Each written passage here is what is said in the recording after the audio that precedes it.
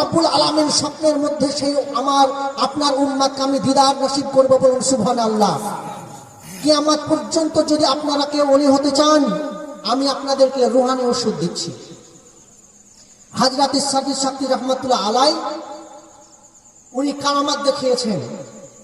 তার মধ্যে বড় পীর আব্দুল কাদের জিলানী রহমাতুল্লাহ আলাই, যিনি সবচেয়ে ওলিগণের সর্দার, মহাপুরুষের মহাপুরুষ, উনি আল্লাহর ওলি, আল্লাহর মেহবুব বান্দা, আল্লাহর হাবিবের মহাব্বত করে আল্লাহর ওলি হয়েছেন। কিন্তু ওলি কি করে হয়েছেন, এই প্রশ্নের উত্তর অনেক বক্তাগণ আজকে দেন না।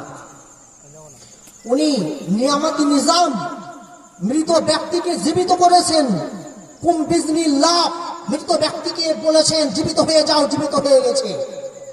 আল্লাহর ওলি এমনি এমনি হয়ে যাননি, কারামাত এমনি এমনি হয়ে যাননি। ওনারা নিজের জীবনকে আল্লাহ এবং আল্লাহর হাবিবের দেওয়া পথ এবং মতকে গ্রহণ করে, ইবাদত করে, কষ্ট করে, তাকওয়া, পরহেজগারিতা, পবিত্রতা অর্জন করে আল্লাহকে রাজি করে আল্লাহর ওলি হয়েছে। আপনারা হতে চান কিনা বলুন ইনশাআল্লাহ।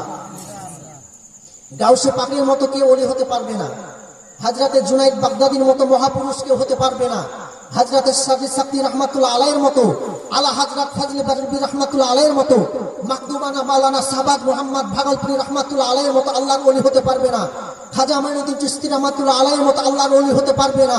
কিন্তু তার অনুসারী অনুকরণ করে যদি আপনি জীবন গঠন করতে পারেন, আপনি আল্লাহর ওলি। ওনার জীবনী বলার আগে দুটি উদাহরণ দিই আমি। ওলি চার প্রকারের। প্রথম ওলি পরহেজগার এবং মুত্তাকিন বান্দাকে বলা হয়। দ্বিতীয় ওলি যিনি তওবা করবেন, গুনাহ থেকে আল্লাহর রাস্তায় ফিরে আসবেন, তাকে ওলি বলা হয়। তৃতীয় ওলি যিনারা সাহাবায়ে কেরাম, তাবেঈন, আল্লাহর হাবিবের দিদার পেয়েছেন, উনারা তার দিদার পেয়েছেন, উনারা আল্লাহর ওলি। আরেক প্রকারের ওলি শেষ। ভাই না, অনুরোধ, একটাও কথা বলা যাবে না, একটাও, দয়া করে।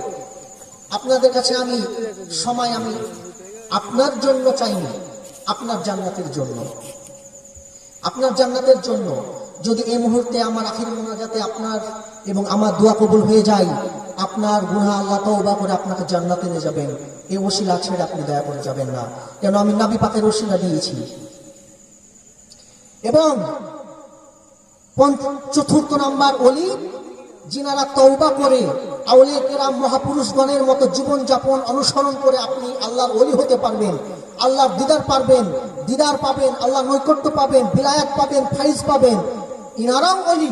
কিন্তু সবচাইতে নিম্নমানের ওলি যিনার উপর আল্লাহ রাজি হয়ে যান, খুশি হয়ে যান, কিন্তু কবরে যাওয়ার পর তিনাকে উপহার দেওয়া হয় যে বান্দা, তুমি আল্লাহর নফসের খ্বাহিশ এবং মহাপুরুষগণের পথ অনুসরণ করে, আমার মেহবুব, আমার নবীর পথ অনুসরণ করে তুমি রাজি করে এসছো, সেই উপহার হিসাবে তোমাকে জান্নাতবাসী ঘোষণা করেছে। তোমার ভয়ের প্রয়োজন নেই, তুমি একজন আল্লাহর ওলি, বলুন সুবহানাল্লাহ। তাহলে বোঝা গেল চতুর্থ নাম্বার ওলির মধ্যে সর্বনিম্ন মানের ওলি, আল্লাহ আপনাকে মাফ করে দিবেন, ক্ষমা করে দিবেন। এই প্রকারের ওলি যদি হতে পারেন, তবে আপনার বেড়া পার হয়ে গেল, আপনি কবুলিয়াত হয়ে গেলেন, আপনার জন্ম এবং মৃত্যু সফল হয়ে গেল, বলুন সুবহানাল্লাহ।